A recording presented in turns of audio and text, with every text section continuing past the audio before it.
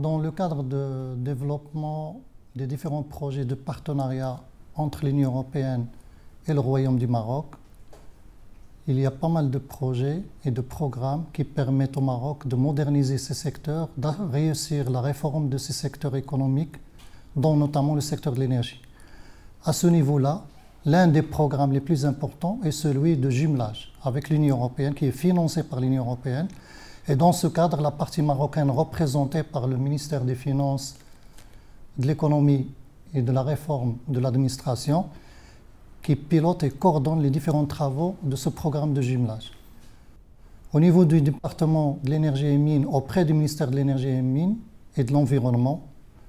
la direction de l'électricité est chargée de représenter le volet énergie dans ce programme-là. Ce volet d'énergie comprend plusieurs composantes et des activités qui concernent en particulier l'assistance technique, l'accompagnement et la formation de la partie marocaine dans le cadre de la mise à niveau des textes réglementaires et législatifs qui devraient accompagner la finalisation de la réforme telle que prévue suite au discours de Sa Majesté le roi Mohammed VI dans le cadre de la mise en place de la stratégie nationale énergétique depuis 2009. Dans le cadre de ce projet de jumelage, donc, les différentes activités suivies par le département des mines et de l'énergie auprès du ministère de l'énergie et mines et de l'environnement est chargé de différentes activités qui concernent en particulier les prospectives et les études de planification du secteur énergétique marocain, mais également ça concerne un ensemble de textes à mettre à niveau, à des amendements de textes réglementaires et législatifs pour que les différents acteurs du secteur électrique puissent jouer pleinement leur rôle. Dans ce sens, cette mise à niveau des différents textes représente l'intérêt pour le Maroc d'être vraiment dans une situation de convergence par rapport aux différentes réglementations à pratiquer au niveau de l'Union européenne dans le secteur de l'énergie. Donc l'ensemble des directions concernées par le projet de jumelage sont la direction de l'électricité, la direction des énergies renouvelables et de l'efficacité énergétique, la direction des combustibles et la direction des études prospectives. Pourquoi ces directions sont concernées par le projet de jumelage? Parce qu'au niveau de réforme du secteur de l'électricité au Maroc, en amont, la fonction de planification pluriannuelle des investissements nécessite des études de prospective du secteur qui dépassent le quinquennat, donc ça allait jusqu'à 10 ans. Donc nous sommes déjà sur une évaluation à mi-parcours depuis 2009 pour essayer de réajuster notre stratégie nationale énergétique, telle qu'approuvée par le gouvernement de Sa Majesté. Et également, la direction de l'observation est concernée par la mise en place d'un observatoire de l'énergie qui devrait remonter l'information répartie à travers les différentes régions du Royaume et qu'il puisse un peu brasser l'ensemble des variables et des paramètres et des indicateurs qui permettent d'assurer un suivi des réalisations au niveau de chaque sous-secteur énergétique, notamment le secteur de l'électricité, le secteur des énergies renouvelables, tout ce qui est fait dans le cadre de l'efficacité énergétique, mais également tout ce qui concerne les combustibles à travers les différentes filières des combustibles. Donc aujourd'hui, le projet de jumelage a assuré un ensemble d'activités, dont une activité spécifique pour la partie communication. C'est-à-dire comment aider la partie marocaine à élaborer un plan de communication sur sa stratégie énergétique. Les autres composantes, ils sont beaucoup plus techniques. Ça concerne, comme j'ai dit tout à l'heure, depuis la planification pluriannuelle des investissements du secteur, en termes de capacité de production, en termes de capacité de transport, c'est-à-dire les grandes lignes donc, de très haute tension à haute tension électrique,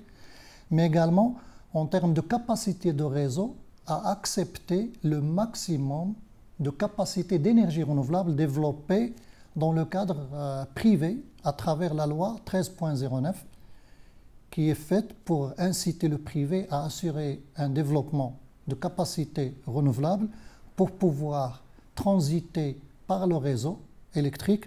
et vendre à des clients finaux qui sont intéressés dans ce cadre-là, notamment les clients industriels. Par contre, il y a pas mal de travaux sur une assistance technique, c'est-à-dire sur des sujets assez précis d'expertise, le projet de jumelage aide la partie marocaine à pouvoir assurer un transfert de savoir-faire pour que les différents représentants des directions que j'ai citées, ainsi que des différents opérateurs et acteurs du secteur, profitent de ce savoir-faire et élever le niveau d'échange et d'interaction dans le secteur électrique. Notamment lorsqu'on parle des différentes prescriptions techniques de raccordement des capacités nouvelles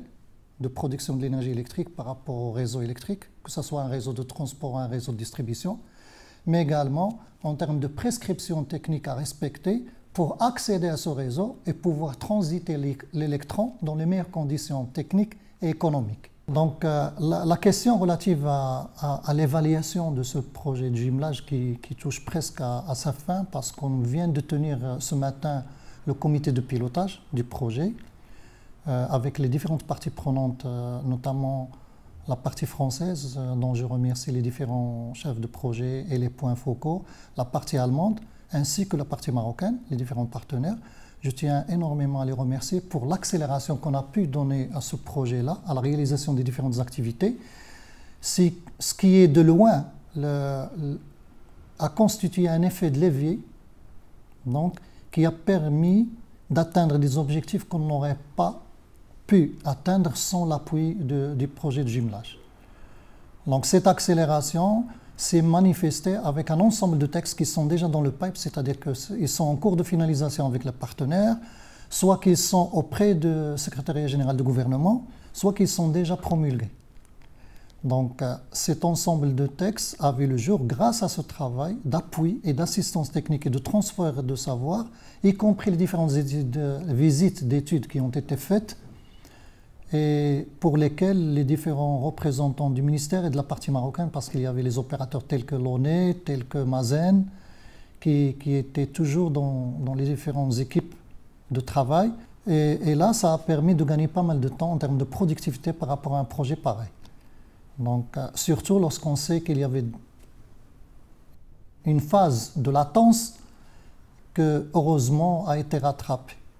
Maintenant, par rapport à la période de confinement, on n'a pas arrêté de travailler parce qu'on a continué à assurer les différents ateliers à travers des vidéoconférences, ce qui a permis de réduire le budget donc, de transport donc, des différents experts, mais il a permis également et énormément à intensifier les échanges et les questions de la partie marocaine par rapport aux experts allemands et français, qui ont beaucoup apprécié les interventions marocaines, et ça nous a aidé à réduire les allers-retours des différents projets de texte et de gagner en pertinence.